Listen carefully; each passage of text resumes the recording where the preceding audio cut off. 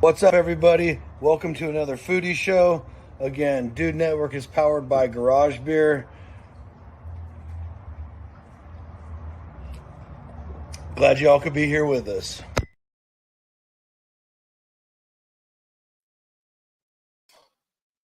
There we are. There we go. What's Yeah, up, everybody? I wasn't sure how we was gonna do that, but we got it. Oh, yeah, we got it. Welcome back, everybody. Another Sunday. Sunday. Jeez, yeah, for sure. Welcome It to is another definitely foodie show. Glad you're all here with us. yep. Damon, how the heck are you? Good, man. Just woke up. Just woke up. So I mean, Nice. kind of knocking the cobweb off for a second. Took me a Yeah. little 30-minute nap. I should have never done it. Well, no, Shouldn't maybe have done it. I don't know. Maybe an hour. I don't know. Well, there you go. Nah, I mean, mean, I could have used one today, but yeah, I'm sure you could. we were up in the hills visiting some Oh, friends, so that was cool. yeah. That's probably real fun times. Yeah, it was lazy, man. I didn't cook. There was nothing. Just Hey, ain't nothing better than that. Nice, right. peaceful relaxation is what you need. Yeah. What'd That you do full this on weekend? reset. Football game was yesterday. Last home game of the season. Oh, So I ain't got to worry you about that you're no out more. there, right? Yeah, I ain't got to worry about that no more. And then today it's been raining off and on here all day, so it was just rainy and nasty. So yeah, you curl up in the chair and take a nap. Shoot. Eat Right. leftovers from yesterday. Nice. That worked. That'll work though, right? Yeah, absolutely. So hey, real quick, everybody, we do want to remind everybody. I'm pull up the graphic here for the big weekly package. That's the giveaways going on a Friday night show. Yep. Um, So remember, don't respond here. yeah, Kakalaki. You have to rewatch the video or the stream from Friday and put yes, Kakalaki in that video. yes. But So if you've from already done it, then don't worry about it though. yeah, just remember this last Friday show that just happened Yep, on Facebook or YouTube, hashtag Kakalaki. that's right. Get you entered to win this beautiful package from our friends over there. Absolutely. That's You want pretty me? cool, man. That's It pretty is. cool. It is, man. It's Right. good stuff too, man. Good stuff. Yeah. I know those nuts are ridiculous. That's all I Yeah. got to say about it. Well, That's all I got to say about it. that's why I keep some right here on hand at all times. There's like this much left in my spice nuts, and that's all I have left. Oh shit. We're on fractions, man. Oh yeah, you eat one or two a I, day. yeah. I gotta order some quick stuff. But hey, man, once again, they're not here to see us. Maybe a Nah, little bit, but just a teeny bit, usually maybe. always the cooler people we bring on. That's right. You That's want to way tell us cooler than us. who we got on, buddy? Hey man, so we got a guy. I mean, he's swinging them blades like a ninja. Whew. I mean, if he's not doing that, he's on the grill. He's doing something. I mean, the man can cook as well. Hey, straight from the hard working area, Ooh, the hard Ryan work. with Spaceman Knives and BBQ. What's up, Hey dude? guys, What's up, man? just join you guys for this little video chat. Looking forward to it. Heck Yeah, yeah. heck yeah. How's your weekend going, man? I know we were talking a little bit before, been busy. Yeah, it has been a busy weekend with Black Friday, Small Business Saturday. A lot of the promotions we do around that for ourselves and for other businesses. On top of that, I cooked a nice bison tomahawk and a tri-tip this afternoon. So yeah, the tri-tip was beef, Nice. but the Okay. tomahawk was from bison. How was Heck yeah. that? How was that bison hawk? It was actually super good. Like Yeah. very happy with the taste and flavor. Seasoned it with some steakhouse seasoning from Spiva Cooking, and just I smoked it and then reverse seared it, and it came out great. Yeah, had to. They can't go wrong with the reverse sear. No. I haven't had a bison hawk yet. I've done a bison tri-tip. But Yeah, it's I'm definitely definitely good. going to be seeing if I can get a little, getting some more of it. I got this from Frontier Meats. They do a Okay. lot of bison and elk and stuff like that. And they, yeah, I mean, it was awesome. Definitely want to do another one. Yeah, heck yeah, that sounds great. So what? How does it compare to bison from like beef? How does that compare to you? Uh, I think like a lot of things, it depends on the quality of the bison and the quality of the beef you're talking about. The In this particular case, it's really high quality bison. Bison tends to be a little bit leaner than beef, but it's just packed with flavor and it was still super Yeah. tender. We look for all that marbling when we're looking at beef, but this had some good intramuscular marbling on it. Not like A5 Wagyu or anything like that, but it was almost that tender. Like it was super tender when we Wow. sliced into it. Um, just really great quality piece of meat. Yeah. Yeah, I'm gonna Yeah, I'm gonna heck check yeah. that out. Yeah. Well, Yeah. before we get too far into this, tell us how this all got started, man. Was it barbecue first, the knives first, and just tell us the whole spaceman kind of story. All right. Um, I can do that. So this all started back in December of 1999. I was going to start doing barbecue competitions. I'd ordered my big new stick burner that I still use, and I was like, I'm going to do some barbecue competitions. I knew that there was a big one just 30 minutes south of where I was living in Oregon at the time, and I was reading the rules at like 2 o'clock in the morning last night. Or one night. I get obsessive about this stuff, so I'm poring over all the rules and trying Right. to figure out, what exactly I do. And there was an entire section of rules on how to determine who gets to use a team name if there's a team name dispute, which is something I hadn't even thought about yet. It's like, well, I need a team name, and one of the ways you can prove it's yours is showing you've used it the longest, and you can do that by having a social media account per the rules. So makes sense. So 2 o'clock in the morning, I decided I'm going to start an Instagram account for my barbecue. Other than posting on a few things on my personal page, I wasn't posting food all the time at that point or anything like that. So Mm, it's going to be new for me. And going through, and all the names I wanted were taken. And everybody wants me to have some good story about how I like used to be an astronaut or something. But honestly, it was 2 a.m. All the names I wanted were taken. I think Interstellar was playing on the TV in the background. So I put in Spaceman BBQ as a filler, thinking I'll change it later if I want. Well, I posted off and on for a few months, and then COVID hit, right? And all the competitions got shut down. So I knew I wasn't going to be doing that. And all of a sudden, everybody's wanting to look at barbecue and look at recipes. So my account starts growing pretty quick, and mm. kind of caught me by surprise. I went from having like 5 followers to, I remember when I hit 100 followers, I was like, who are all these people? Like, I don't know That's these Right. right. people. Who are Yeah. they? And it kept growing and growing and growing. And I got in with a good group of people early on. We actually had a group chat for a while. I don't know how long you guys have been watching it, but barbecue chatter used to be a big thing a few years ago. It was like me, Seattle Butcher's Wife, Foster Feast, Ryan Ralston, Oh wow. Salt and Fire Barbecue. Some of these guys aren't even on Instagram that much anymore. Cooking with Swiss was in there. Queen of the Grill was in there for a little while. Like just a great group of people who really supported each other and helped each other grow and figure out Instagram.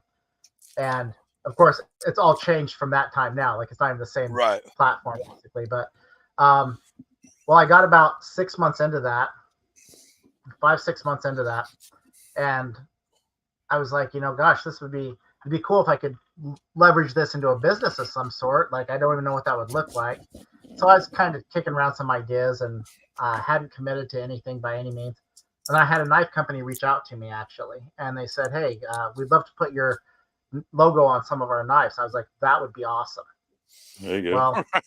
Well, by day I'm a hospital CEO and I read contracts all day long, and they send me this contract, and it was not a great contract. It was basically they got to use my name and likeness in perpetuity, and I got a handful of knives in exchange. I was like, yeah, I'm not doing that. Mm-mm. Right.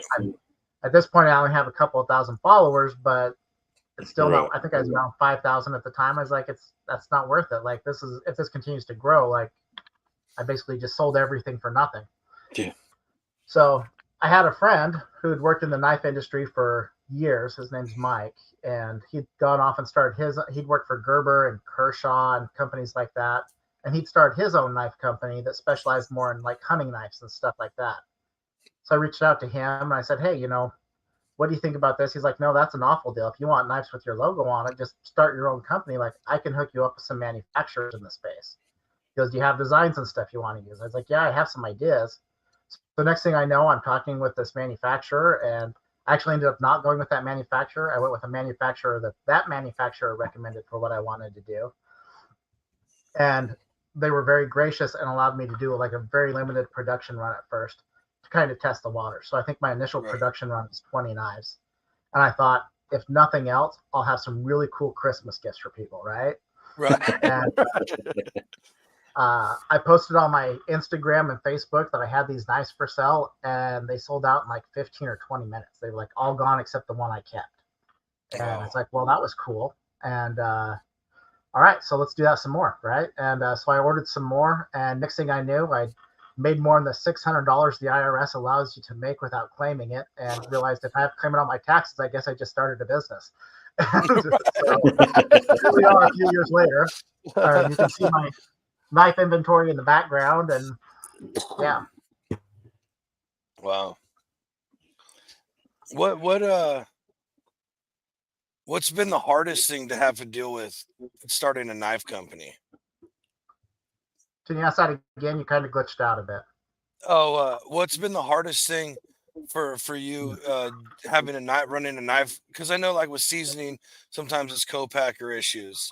I mean, I'm sure steel prices and this and that. I don't know how that factors into everything for you, but what's been some of the hardest things trying to run that business? Yeah, hands down, copycats is what it comes down to. So we do use an overseas manufacturer. It's how we keep our overhead low. So we use Japanese steel, but we are manufactured in China, but we set our quality specs. We determine what steel we're going to use. So we're turning out a really good product. The very first knife, the second knife we actually released was the Constellation series with the blue handles. Mm-hmm. Nice part about being in the knife room is I can show you what I mean. Right. That's right. If I grab the right one.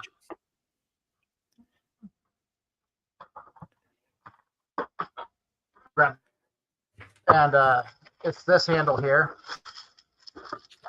And we launched this in 20, and by October of 2020, there were about a dozen companies selling knives that looked just like it.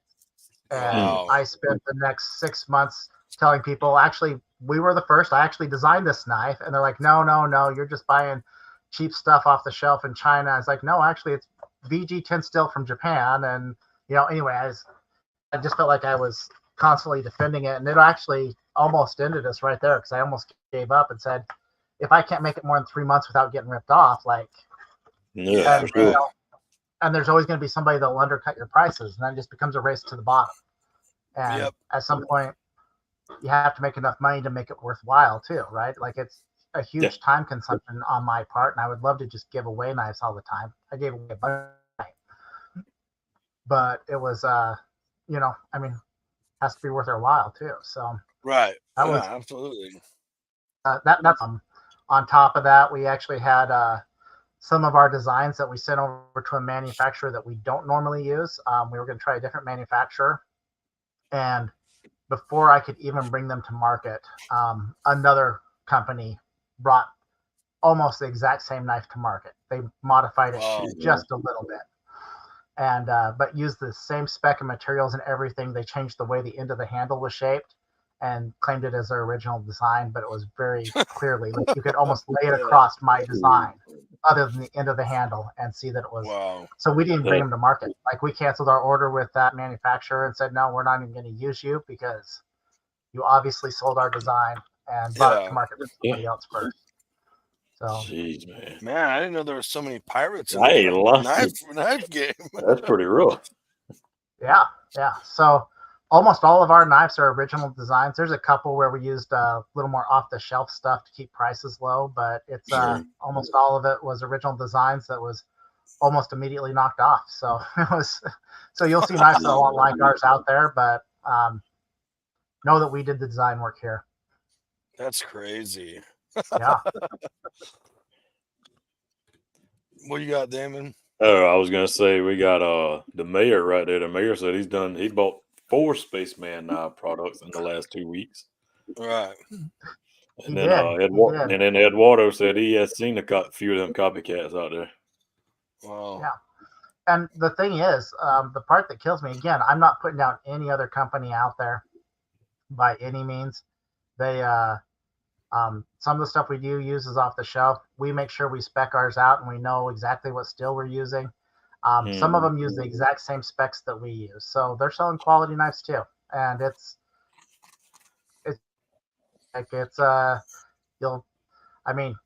Traeger and Pit Boss and all them aren't ripping each other off, but they're all selling good products, and people just have to make a choice on who they're going to support at some point. This is true. Yeah, right. Yeah, like right here. I'll share the screen. We got your website right here. Sweet. Oh, sick. A pizza cutter. That's dope. So to go to collections over here, you can see every different collection. How many collection series are you up to now? I'd actually have to go count. Oh, well. There we go. That's a good thing then. Right? Oh, man. 13, 14. Yeah, something like that. 17. So what's that? 3, 7. I'm not good with math. You might be right. Yeah, no, I got that, baby. Oh, yeah, that's right. Yeah. It's a popular Pretty one. sweet. It's pretty sweet. A lot of fun. Yeah. The Meteor, nice and heavy. I love the names. Yeah. So it's like a child though, trying to pick your favorite one. What do you have a favorite series?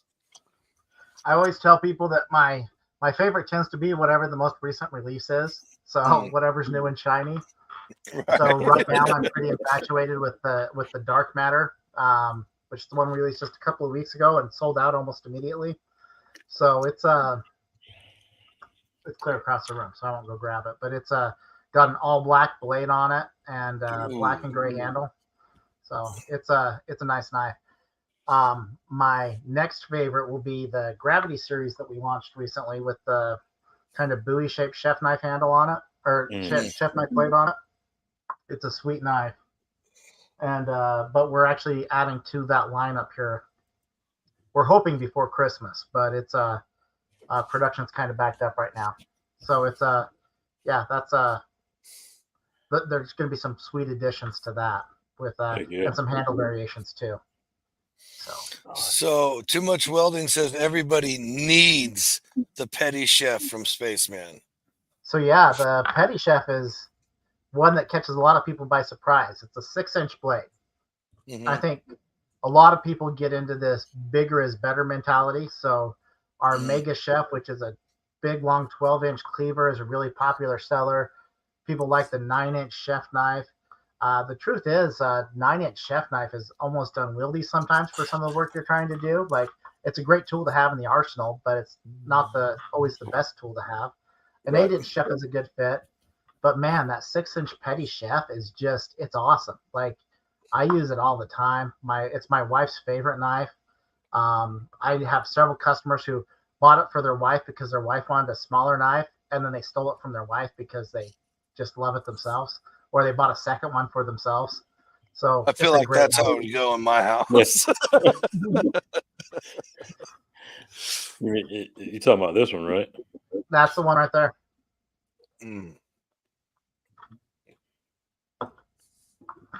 Yeah, it's definitely a beauty. Right. Yeah. It's just a super handy knife. Yeah, that sounds perfect. Nice little 6-inch. Yeah. You got a couple of them, right, Damon? Yeah, but I'm not good with the names. But yeah, I got I think 3 different ones. Yeah. I'm not good with names of them. Show me a picture, I can tell you. Yeah, that's it. Might take us a while to go through all the pictures. Right. I could probably look it up on the website real quick and see what you've ordered. Yeah. I need to get through the holidays before I get any more. Yeah, I need to actually get good knives. Before the holidays is the best time to buy it because we got everything on sale. This is true. I may have to do this trick right here. Where'd it go? Oh, there it is. He said he had to hold two of them. Eduardo likes the Nebula. Yeah, so the Nebula is one that we're actually we're not re-engineering it, but we're going to release some different color variations in the next year. So we've been running our stock out on the Nebula series. It's the Nebula series is actually just one knife. It's a Nebula Kiritsuki that's a little over 8 inches, and it comes in blue or green or red or orange or whatever color you wanted. We've run out almost all of our inventory on them, and when we bring it back, it will be with different color variations, just to mix it up a little bit. Yeah. I can't say one thing. Ooh, that's a good question. Yeah, that is a good question. They are sharp and they stay sharp. Like I said, I have not touched mine, and I use mine every day, if not every other day. That just speaks to steel quality right there. That's why I say the quality is there. Yeah. So, are we talking about the question between steel and porcelain ceramic? Yeah. I can speak to it a little bit. Two very different materials at the end of the day. Ceramic can get razor sharp. It can hold an edge. I don't have much bad to say about them at all, other than if they crack or chip, they're done. Yeah, game over. You can't do anything about it. We use a hard steel, which sounds like a great thing, and it usually is, but you can still chip the knives because they're made out of a hard steel, so they don't have any flex to them. They won't dent. You can chip them if you bang them on things. But you can still take them to a professional sharpener and bring an edge back to it, even if you take a decent chip out of it. Yeah. With porcelain and ceramic, you actually can't do that at all. And porcelain and ceramic are harder to sharpen as well. So I know all the advertisements say they stay sharp forever and you never have to sharpen them. There's no knife out there that doesn't need to be sharpened, quite honestly. Yeah, bingo. There's some that will go a long time. Yeah, there's some that will go a long time, but everything needs sharpened eventually. Yeah. Eduardo said he broke the tip out of his, and it's been cutting everything fine. Yeah, it happens. I think that's why I haven't pulled the trigger on getting any really nice knives yet. I'm just so afraid to break them. You know that for the most part they're pretty resilient. I'd recommend maybe looking at the Triton series. It's full tang handle, so it's got steel all the way through the handle. Yep. And they're a little heavier blade. We used AUS 10 steel on those instead of VG 10, so it's a little heavier still. They're pretty resilient. They treat you right. Yeah, all right. I like a little bit of a heavier too, anyway. Yeah,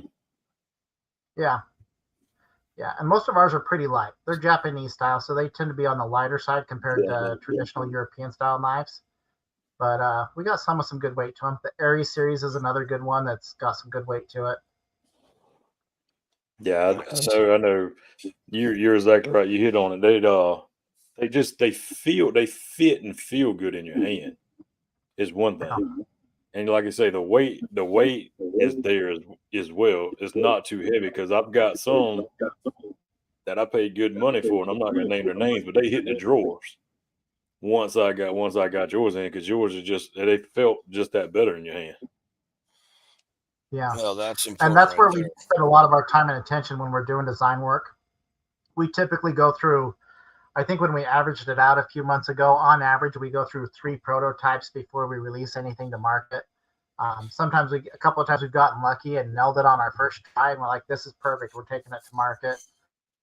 But I've got an entire drawer here just underneath me that's full of prototypes that, they either got adjusted or just never went to market at all. So well, without without giving away any secrets, obviously, can you explain like what goes into designing to creating to testing to okay, now we're here, this is what we want put out? Yeah, I don't think that there's any real secrets at the end of the day. It's just the way that any sort of manufacturing process works. I'm lucky that I'm paired up with a manufacturer that has a lot of good skills. So I'm not good in CAD or anything like that or any design programs. So I literally sketch out what I want, and Nice. they send me back a CAD drawing of it, and then we start layering onto it. Like, yeah, let's adjust this angle, let's do that. They make or I'll print off their drawing and their CAD drawing, and I'll draw all over it and make notes, and they adjust it for me, and they can actually take it all the way out to a 3D computer rendering for me of what it's going to look like when it's done. Oh, And nice. if I like it, they'll make one for me. They send it to me. Of course, all this costs me money, of course, and part of the cost of doing business. And we test it out right here at our house, and the handle doesn't feel right, or the balance is off, or whatever the case might be. And like I said, they're good too. There's been a couple of designs they sent back to me, and they're telling me the weight and balance is going to be all off. We're going to have to do this and this differently. And I mean, they're good at what they do too. So they really helped me bring those visions to life. Man, that's cool. Yeah, that's got to be. We're actually doing an example of that is so the.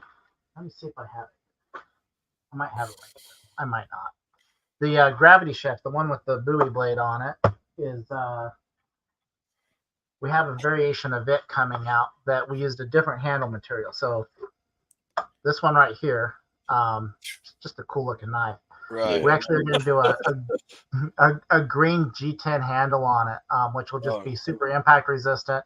Kind of really targeted more at like the competition guys, where it could easily get knocked off a table or whatever the case might be. Give it a little more impact resistant handle. Right. And it's sweet, but we had to do a lot of weight trimming back here, because it is a full tang.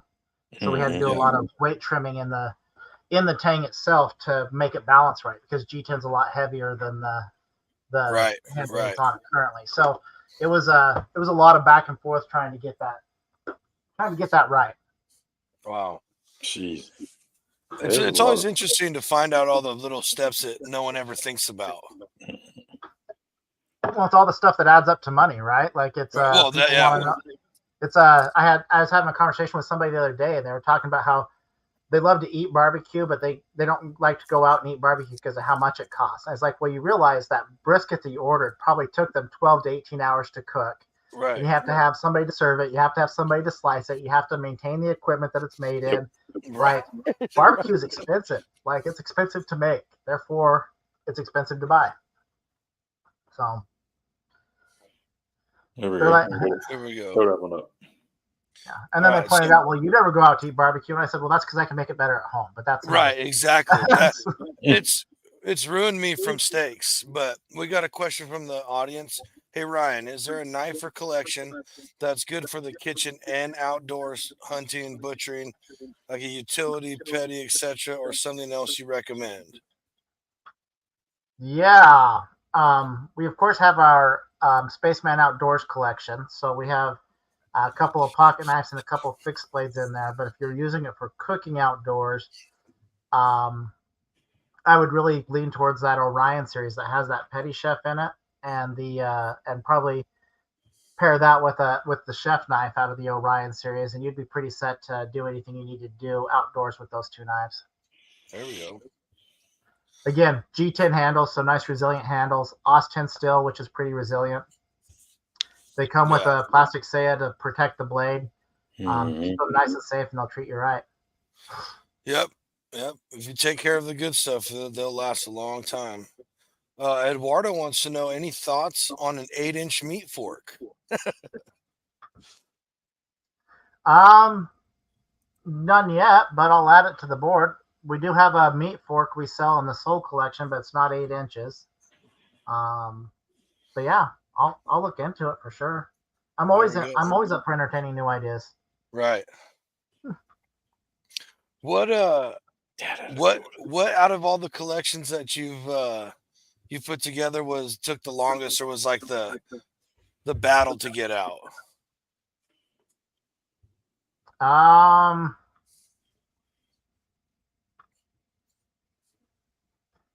It was probably this Gravity series. Probably took me the longest. It's been off and on in development for well over a year at this point. It just came to Oh, market wow. not too long ago. Yeah.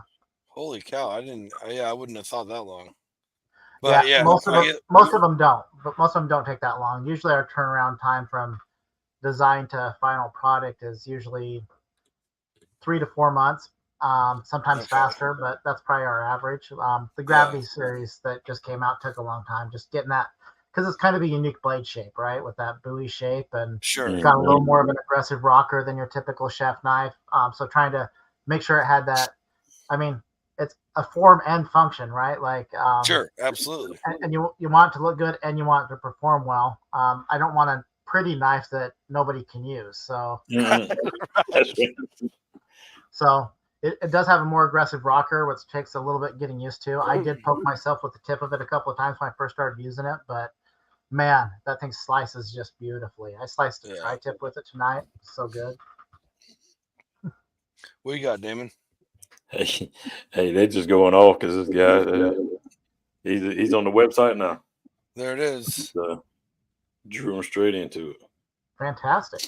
Do I have to pay you guys commission for that, or how does this work? That was what we talk about. Yeah, afterwards. Yeah. We'll cover that after the show. Got it. Right. Oh, hey guys, gotta go. You're on your own now. Away from the knives a little bit. You still barbecue all the time? Yeah. Do you still comp at all? I actually have still never done an official comp. I've done a couple of local, like, backyard type comps with chili and ribs, but I just when they shut them all down and then I got started the knife business, I still work a full-time job on top of the knife business. So it's at some point there's just not enough time to do competitions too. So yeah, I would still love to go do it one day. If somebody up in the upper Midwest wants somebody that can tag along on their team for a competition, I'd love to come help. I'll bring the knives. That's a good trade. So what's like a traditional dinner in your guys' house? Because we know we're not barbecuing all the time necessarily, but what's a regular go-to food for you guys? I'm actually lucky. Me and my wife both cook. So we typically eat pretty good. It's usually barbecue or grilling on the weekend. Even in the middle of winter up here in North Dakota, we barbecue and grill on the weekends. During the week, we, pasta and tacos and hell yeah, whatever else, a lot of the stuff that's kind of easy to throw together and you can still have a good meal. We have 5 boys, so there was a lot of what can you feed a lot of people quickly and cheaply. Right. But yeah, so yeah, a little bit of everything. But I grew up in Idaho, so a lot of meat and potatoes, and my wife grew up in Texas, so a lot of meat and potatoes. So what's your favorite protein to work with? I love trying new things, but my go-to is always beef. Just a lot of what I was raised with. So yeah, we do a lot of beef, but I love playing with new things. So I don't know if you guys saw it, but a couple of weeks ago I did a whole duck. That was absolutely fantastic. I got some more duck coming up here. Probably gonna make that tomorrow, actually. Nice. Do a lot of pork, a lot of beef, a lot of chicken, but beef's kind of my go-to. You have a favorite cut? Tri-tip's my favorite cut. I think bang for your buck. Folks. That's what I was going to say. I said you heard it here first, folks. What's that? Tri-tip. I said tri-tip, folks. Oh yeah. Tri-tip being your favorite. Yeah, so for me, it's a versatile cut. It comes out good. I love brisket, but the reason tri-tip's my go-to is because you can literally have a tri-tip done in 2.5 hours. You can smoke it, reverse sear it, perfect medium rare. I haven't jumped on the tri-tip brisket method. I haven't gone that route because it comes out so good medium rare. Why would I? Why would I? Exactly. Again, do what you want. I don't care if you paid for the meat and you want to cook it that way. You do what you want, but That's right. it's not for me. I'm gonna do it medium rare, and it's gonna be delicious every time. So it's kind of been my go-to. That I really like doing whole chickens for some reason. I like to spatchcock and do whole chicken. That's a favorite too. There you I go. enjoy whole chickens as well. Yeah, I do. They come out a little bit different. yeah. It's just enough of a challenge to make it come out right because you got to Right. watch the breast, you got to watch the thighs. Mm-hmm. A little bit of a challenge, but it's not something that's gonna like frustrate the ever living out of you and have you throwing your Right. tongs or whatever. Yeah. And no matter what you do, it's going to come out edible. Might be a little bit dry. Might want to try something different next time. Fairly cheap. It's a good one to Yep. experiment on. Right. Agreed. Absolutely agreed. And heck, the thing is, if they come out a little dry, you make chicken salad out of it. Yeah. Or soup. Yeah, Yep. or soup. Yeah, something to Yep. rehydrate it. Right. Yeah. Nope. What do you So got, Damon? we had this conversation on Friday, Ryan. So Thanksgiving had just passed. We told our favorite. What was your favorite? What's your favorite dish at Thanksgiving? Besides turkey? Yeah, besides turkey. Side. Let's go Besides side dish. Okay. Favorite side dish. So I'm gonna answer it twice because There you go. I'm the guest. I can do whatever I want. Right? Absolutely. Right. Exactly. You got it. You got it. And you get the beef screen. In my opinion, you have to have good mashed potatoes at Thanksgiving dinner. It's a go-to. Secondarily, we have this dish. Different people call it different things. We always called it pink fluff growing up, which is basically Oh yeah. Jello mix with Cool Whip and some pineapple juice in it to help dissolve. Anyway, I don't know what it's really called, but we always called it pink fluff at our house. And Yeah, that's what we has call to it be on the too. Thanksgiving table, and that bowl's always empty at the end of the Thanksgiving dinner. So Interesting. Yeah, in our family we have pink fluff and green fluff. Couldn't tell you which one, but that is something that like hurts feelings if people don't. If not everybody gets some, like people feel some kind of way about the fluff. It is crazy. and just last year, I started making my own cranberry sauce. Started smoking my own cranberry sauce. Mm. If you haven't done that, you definitely need to try that. Phosphor See, Feast has an awesome recipe for it on her page. okay, perfect. Because I love cranberries, and I never eat cranberry sauce because it's always that out of the can, just sliced up, and I just can't do it. Yeah, that jelly's It, pretty tough, man. it's easy to do, man. Like I said, Foster Feast has a great recipe on her page. I modified it a little bit for my use, but it was but not much. I basically used her recipe and threw some jalapenos in it and used maple syrup instead of honey, and came out great. So Is that the one throw it you in the did with some? smoker, let it boil down. Great. Is that what you did? You do that with some apples too? Was that you? Yeah, I had apples in mine. Yeah. Okay. Well, see. Okay, now we're talking. Yeah. You need something to cut down the tartness of the cranberries a little bit. Yeah, So that makes sense. That makes yeah, sense. Yeah. the apples and the maple syrup kind of bring some Mm. sweetness to it. There you go. Yeah. I'm gonna have to give that a go because I see all these videos and stuff. I'm like, this has to be good. It has to be good. I Mhm. just only have that one reference. Did you do a lot of cooking for Thanksgiving, Ryan?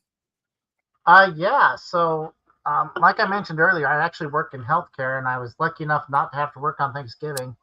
But a lot of people did. So I actually smoked got up early and smoked 2 turkey breasts, and took them over to the hospital for the staff over at the hospital.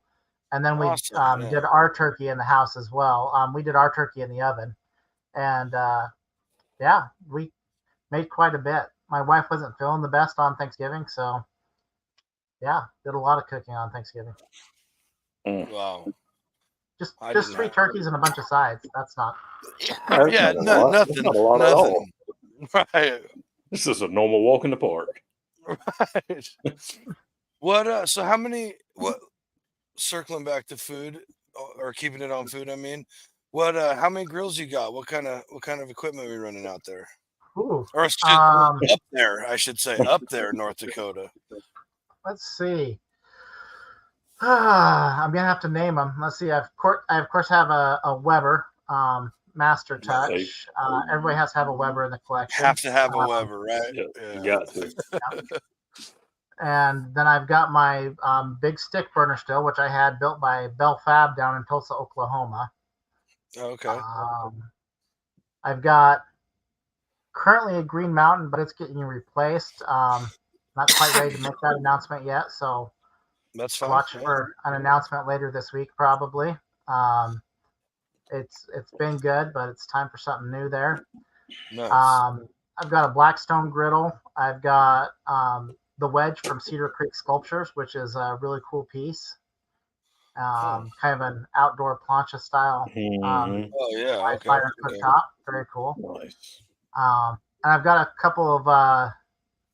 I've got a little electric master built and a propane master built that I don't know why I still have. Quite honestly, they never get used. But when I was cooking, when my kids always had their friends over, I kept one of them around because I could keep it on a really low temp and almost use it like a warming cabinet, so I could take stuff out and throw it over there. But I don't know why I have two of them. So. You can never have too many, right? Yeah, can never have too many of them. If you have room, there's no reason to get rid of them, right? Bingo. That's my opinion. So what's your favorite one? What's your favorite one to cook on? Right now, my stick burner, man. Pellet grills absolutely have their place. Like, I'm not one of these. Right. I used to give the pellet grill guys crap all the time, but it was mainly just so I could give them crap. The truth is, right. I think every single one of those grills has their place. And like I said, I have a Green Mountain grill in the arsenal, and I think it's fantastic because I can come home at lunch, flip it on, throw a piece of meat in the smoker. I can monitor the temp from work. I can't do that with the stick burner, right? You can't leave the stick burner unattended. You got a live fire going in the backyard. That's right. So it's but there's something about the added level of managing the fire and all that stuff that just I think brings something special to the cook, and so it's the one I enjoy cooking on the most. Nice. Yeah, I need one. I need one bad. I need a big. I need a big one bad, just because. Yeah, big old honker. But I need that like I need another hole in my head too, though. No, you need one. Just go with it. No, I'm gonna get one, but it's gonna be a lot bigger. But it's different plans in the works. Oh boy, it's always up to something. Yep. Always have to have a plan. Absolutely. Right. No, I mean, so I know I'm sitting here trying to contemplate, and I did some today. Thanksgiving leftovers. Yeah, what are you doing with all your leftovers? You concocting new dishes, or what are you doing with that? I think you can't go wrong with a good turkey sandwich. Just go ahead and stack that up with some stuffing and stuff in there as well, and just basically make it a Thanksgiving meal between two slices of bread. I've got a couple ideas because I still have some leftovers that I might have to do early this week, but I don't know. We've this year with I had a couple people in my house not feeling good, like I said, so we didn't. Probably should have made soup, but without the extra hands, I didn't make the turkey broth and all that kind of stuff. But a lot of times we'll go ahead and make the turkey broth and make a good turkey noodle soup out of it. Just depends on how much and what we have left. So yeah, because that's what I done today. I sitting there trying to think. I said I got all this dang ham left over, so I just took him and chopped up some ham and made a pasta salad for my son. So, which I mean, we'll eat it too. But he loves pasta salad. But I was like, heck, I'm not gonna buy ham when I can just use the ham I got at the house. Right. So, yeah. Then it adds another layer into that, so because I mean it's already been double smoked, so now I've got a piece of double smoked ham in there. Mm-hmm. Right. That smoke definitely brings in that other flavor profile level that I don't know. I enjoy it. I know not everybody does, but I do. I love me a smoked ham. Mm-hmm. What's your guys' favorite dessert around the holidays? Depends on who you ask in my family. I'm a pumpkin pie guy. Okay. Gotta have pumpkin pie at the holidays. Yeah, that's a good one too. Yeah, how about Is you that what- guys? What are you eating for dessert? Oh, I mean, for the holidays, yeah. I mean, we can go pumpkin pie for sure. Because I was gonna say we make banana pudding as well, but Ooh, yeah. that's pretty good stuff too. I like I'm an apple guy. So my mom Mhm. makes this apple crisp instead of apple pie, Ooh, but she doubles the crisp crumble stuff for me. Oh, nice. yes, sir. That's the So jam right there. I've had this ongoing debate with Matt out back, and it actually started from me just having a typo in one of my posts where I referred to banana pudding as a side. Now, because I put in a post, I've been arguing kind of like live or die that banana pudding is the best barbecue side there is. Matt disagrees with me. He says it's not the best and it's a dessert. But really, where I settle on it, it depends on where you eat it. Like, I'll totally eat banana pudding right alongside my ribs and brisket. Like, it doesn't need to come afterwards, which means it's a side. Right. Hey, I ain't mad at it. I absolutely agree because when there's banana pudding on the table, I'll eat it whenever it makes it down to my side of the table. Right. Like, you're not waiting for dessert to eat that banana pudding. I'm sorry. It's like the pink fluff, right? Like, you didn't save that for dessert, and it's basically cool with the Jello. Like, So my question to that argument is, do you put it on the table during dinner or do you wait till after dinner? Because if you put it on during, it is not a dessert. Desserts always come Yeah. after the meal. It's served after the meal. At every restaurant, it's like that. Like that's a good one. Banana so, pudding aside. or even if you go to a barbecue restaurant and they serve banana pudding, like like I've seen it listed as both a side and a dessert. But if it's buffet style, you'll usually just order at the same time you order everything else, so it gets to your table at the Bingo. same time. Yep. Yeah. Therefore, it's a side. It's a side. Hey. Sorry, Matt. Hey, that's a good one. Yeah, because it's usually at the end of the line at the buffets. You'll go through, get all your meat, vegetables, and all that, and then it's at the end. But yeah, I mean, same way. You're right. Yeah. I can Or get here, down with it. or here like this at the buffet things for family, church, whatever. There's always a dessert table where the desserts go. Is banana True. pudding ever on it? Yeah. Oh, okay. Over Maybe here, down in the Kakalakis. over here in the South, it is. Yes. Do you guys do the whole wafers and banana pieces in it and everything? Yeah. I do when I make it. Yeah. So does our Yeah. family. Yeah, I have two banana pudding recipes that I use. One is a true from scratch banana pudding, and one is what I call my cheater recipe, where I use vanilla pudding mix and make it from there. But it's both come out really good. So the from scratch might be just a little bit better, quite honestly. Right. But if I'm in a hurry, the other stuff works just as well. Yeah, that's what it comes down to. Is what amount of time do I have for this? Right. How good of a dish can I make in the amount of time I have? Right. Dang, we got a couple of good. Yeah, what's Krispy Kreme bread pudding? Is that Never had it. You got to be using the donuts. Yeah, is that the donut Krispy Kremes? Yeah. I'm intrigued by that for sure. Making bread pudding out of Krispy Kreme donuts. I mean, I'd eat it. I'm just saying. I didn't get this size by saying no to stuff like that. All right here. I am a huge fan of lemon cream pie. Nope. I love that and key lime. Key lime is probably one of my absolute favorites. I can get down with the key lime. Yeah, I'd eat it. I'm not picky about dessert. I'll eat it. Spaceman's plans for 2024.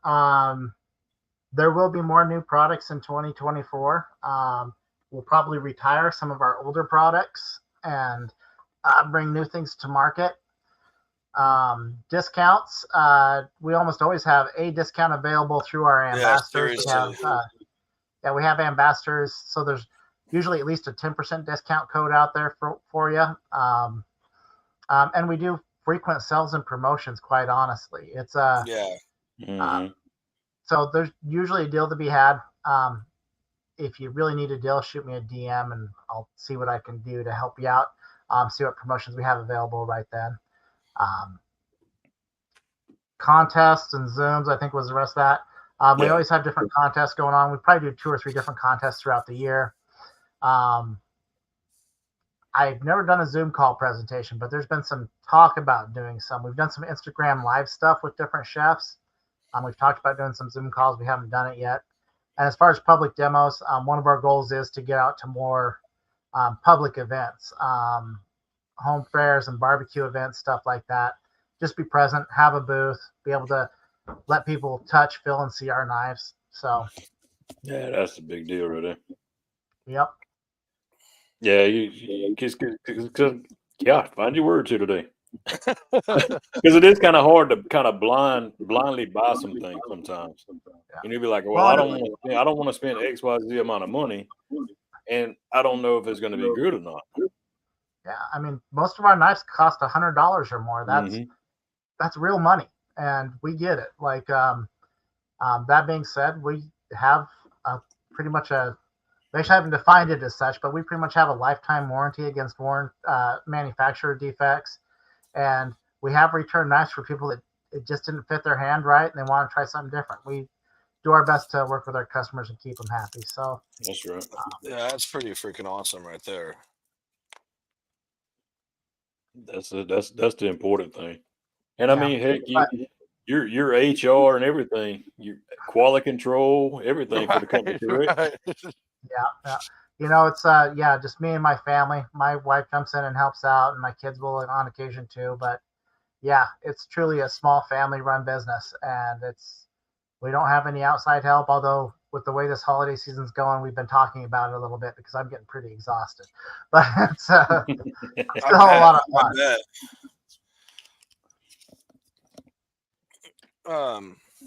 What else we got? He did answer us on that Krispy Kreme bread pudding. He says, yeah, the donuts are used instead, but he says he's not sharing. I don't know if that means he's not sharing the recipe or if he's not going to share the Krispy Kreme banana pudding. Either way. Hey, Eduardo, that's kind of jacked up, buddy. That's all I'm going to say about that. It's all about sharing, right? Right. Right. Yeah, thanks, Tyler. That's my homie I used to work with. There you go. What's up, Tyler? Much love to you too. Even back to the ham, I didn't really think of this though. Taking just like tuna salad and replace it with the ham. Yeah, I don't know about that one. Make it like a ham salad. Must be just ham and a shit ton of mayonnaise. I guess some celery and stuff. I'm cool. It's a southern thing, man. I make it a pretty stringent habit not to eat meat out of a can anymore. Well, yeah, after that, I would. We lived over on the Oregon coast for a spell, and man, I cannot eat tuna out of a can off a grocery store shelf anymore because we had even fresh canned tuna is like, I mean, you can it yourself over on the coast. You go catch it, and they would set up whole assembly lines basically of these women just down there canning tuna, and the difference in flavor between that and the stuff you buy in a can, the chicken of the sea stuff, it's not even the same. I'm not sure the other stuff is tuna, to tell you the truth. Yes, thank you. Thank you. Tuna's red, folks. It's not like a light tan color, fresh tuna is so good. It's so good. Yeah. So good. So I just even canned, it maintains some pink to it. I've still got some in a jar in here in my kitchen, and it still is pink even after you can it. And, it's not supposed to be brown. I promise. Or you can just do like a venture set and just add some coconut to it. No way. I'm not a coconut fan, I'm going to be honest, but My man. Hey, Me either. Stir the pot. it's I mean, I'm still not going to turn away dessert if it has a little coconut on it. But if I have a choice between coconut pudding and banana pudding, it's going to be banana pudding all day long. Yeah. I'll take the chocolate, whatever's up there over the coconut. Or you know what? I can skip the calories. So Ryan, you were just saying Oregon and stuff. So you was up on the tippy top of the west side. I was Central Oregon. So you eat like a lot of fresh seafood and everything then, correct? Yeah. How big of an adjustment was that when you moved a little bit more inland and not being able to get it as easy? I mean, I grew up in Idaho, so I spent a lot more years not having access to fresh seafood than I did having access. But, you know, the story we tell people all the time is growing up in Idaho, in the fall, you couldn't leave your windows down at church because people would fill your car full of zucchinis because zucchinis were just all over the place, right? We moved to Oregon, and people would show up on your doorstep, and they'd be like, hey, I caught my limit of crab, and we're not going to eat them all. I already cooked them all. Would you like some crab? Or, hey, we caught our limit on tuna today, but I already got a freezer full. Do you want a fresh tuna? Like, it was just a whole different thing. Like, I'll take salmon and crab over zucchini any day of the week. Like, absolutely. Just feel free to drop it all off. So. Oh, here's another good one. Yeah. Ryan, can you share any of your favorite Spaceman home recipes, seasoning, or tricks or anything like tri-tip, brisket, pork shoulder, French onion soup, lasagna, beef Wellington, ribs, etc.? Holy cow. So the easiest way is go to Spaceman_BBQ, much like my Spaceman Knives tag, but Spaceman_BBQ. I share a lot of recipes there. Oh, shoot. I can't really sit here and like recite recipes. Probably the easiest one's tri-tip. I can cover that really fast. Use your favorite barbecue seasoning. You heat your smoker up to 225. You throw it in the smoker till the temp reaches 125-ish, and then you throw it straight in the firebox on top of the flames until you get it up to like 128, 129. You pull it out for a rest right up to 132, and then you got a perfect tri-tip. Perfect. Absolutely perfect, dude. Yes. That's exactly what I do every time. If you don't have a firebox and you don't have a sear plate in your pellet grill, you can absolutely use a cast iron pan to sear it off in. It'll work just as good. So, well, almost as good. You don't quite get that same flavor from throwing it in a fire, but it'll still work pretty good. Yeah. I need to find more. I need to go talk to my butcher. Yeah, you do. Yeah, that's going to be the best way for you to get it, most likely. Yeah, but the last time I got it, they cut it so bad. Like they had a bad where the two come together. They had a bad cut in between them, like a bad miscut from their part. Yeah, it's all about practice with them. My local butcher's finally getting it right. I finally took a picture of a tri-tip over to him and said, "This is how I want it cut." But tri-tip's not a normal thing in North Dakota. So, I mean, I was still getting tri-tip. They were just trimming it a little funny, I think. I don't know. Yeah. Cutting the tail off kind of thing. So, is what it is. I said, no. Sorry, you guys have never even had one with a full fat cap or nothing on it yet, huh? Oh, I have, yeah. Oh, you have? Okay. Nope. Yeah. Oh. When I get them from the there's another butcher about an hour away that I go to on occasion, and they've got really good tri-tip. They do trim it pretty aggressively, which is nice because then I don't have to trim it at all. No, sure, yeah. But then I do order from Butler Beef. I do quite a bit of work with Butler Beef out of Nebraska there, and when I order from them, I get it fat cap on, just because I know it's gonna come cut right and it's going to have just about the right amount of fat cap on it, which is need a little bit of trimming. The only caution I have about using the fat cap, if you throw it in the live fire, you really got to watch it because you will get that fire going really fast. So when you sear it, always sear it fat side up first and then flip it over onto the fatty side. So solid tips right there. Yeah. That's Yep, 2 peas in a pod up there with just your tri-tips. Hey, dude, I'm Good telling stuff, you. man. Oh, I'm not doubting that. No, it's just like I say, it's like I got to give 3 teeth to get a tri-tip over here. So, Yeah, dude, I could take you to each store where there's just a rack of them. Every It's store here sells them. It's crazy. it's definitely a regional cut. You cannot get it in the grocery store here. You could absolutely in Oregon. You'd find them on occasion in Idaho, but wasn't always there, but it sometimes was. Oregon, West Coast, tri-tip was a staple. Yeah. Even when I was in Nevada, tri-tip was a staple. It's kind of cattle country and close enough to California that you could easily find tri-tip. Over here in North Dakota, like I said, the butcher was like, "Wait, you like?" They actually have tri-tip here, but they sell it as tri-tip steaks. They cut it to Yep. almost like country style pork ribs, but out of a tri-tip. And I was like, no, I want the whole thing. Like, just give me the whole.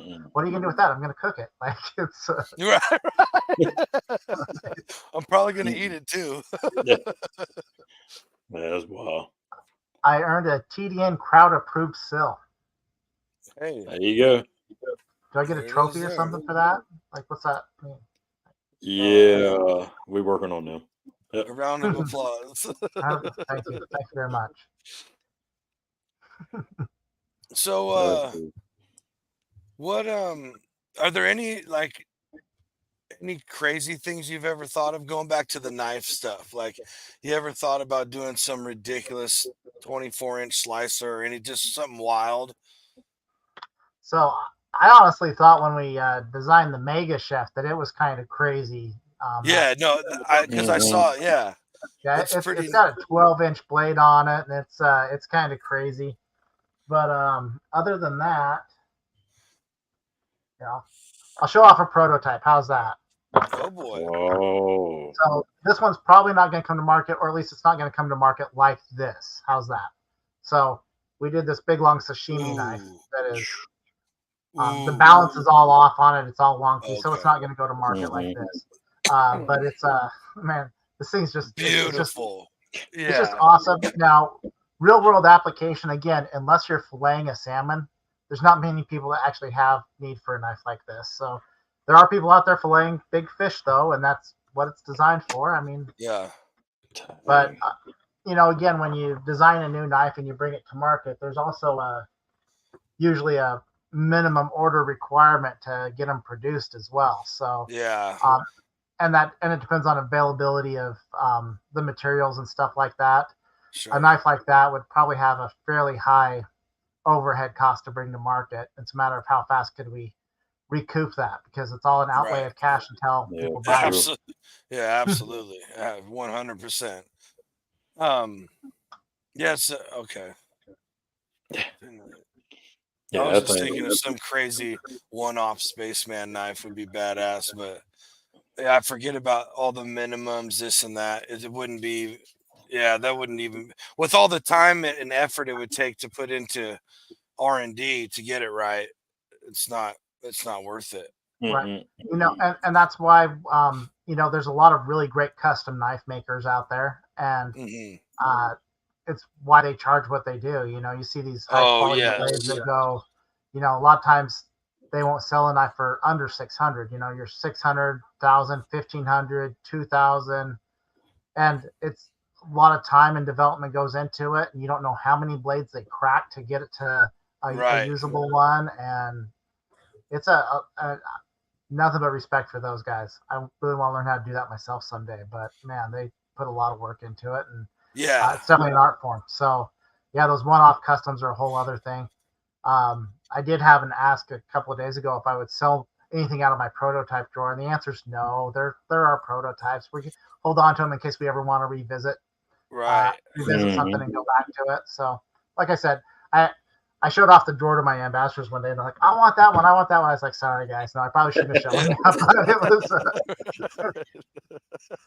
Probably shouldn't have shown it, but it's all right. But some of it, man, keeping that for memory too, is like just watching all of it grow. It's almost worth more than anything you could sell it for anyway.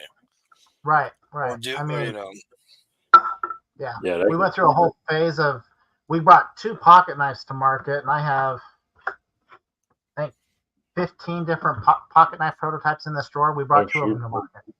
Wow. So Yeah, because I was Was going that to say just all I about got one of them. feel and functional, or yeah, like it was our kind of our first foray into pocket knives. So a lot of it was just, you know, mocking up different materials and seeing how they felt, getting the weight of them.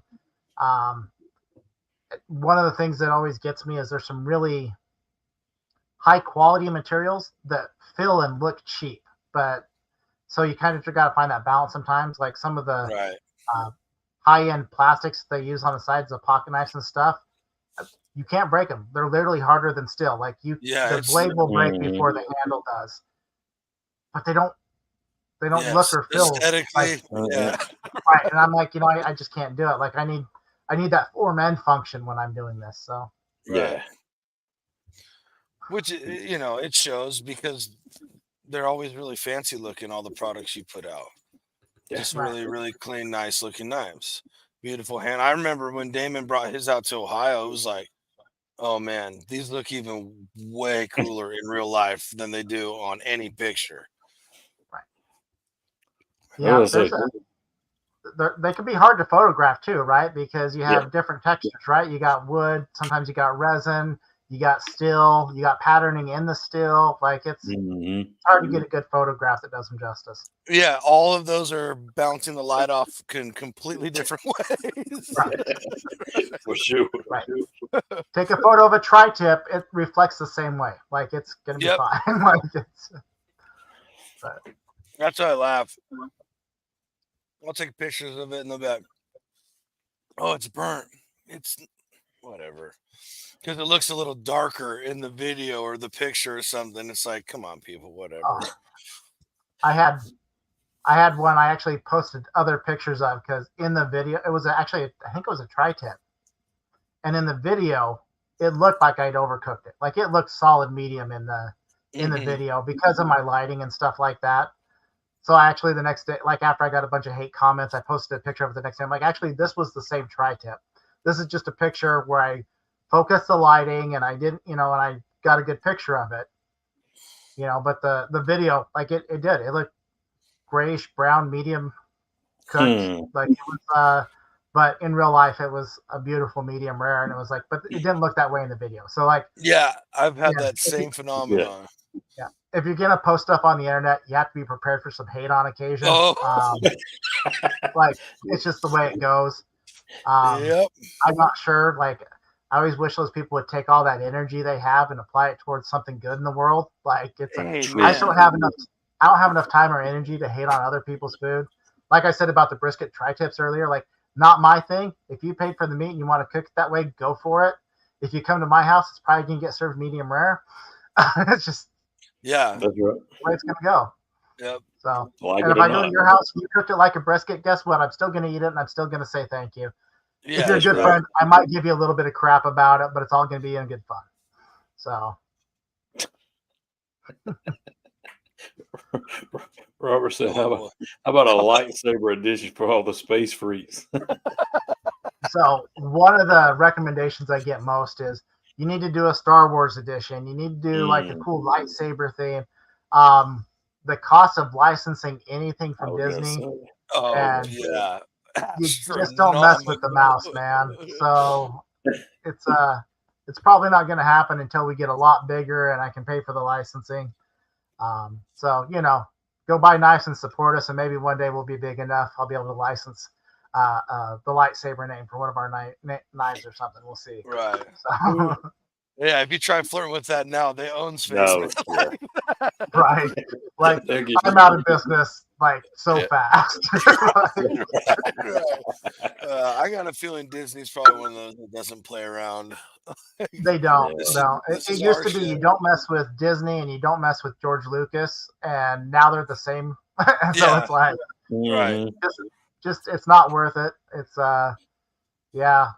There was a big thing not too long ago I saw where a bunch of Etsy accounts got shut down because Disney basically went in and flagged them all as selling copyrighted and trademarked content, and Etsy had to shut down the entire store. Like didn't just just take the postings down. They actually shut down the people's stores because they were selling fundamentally illegal goods at that point. They didn't have permission to use it.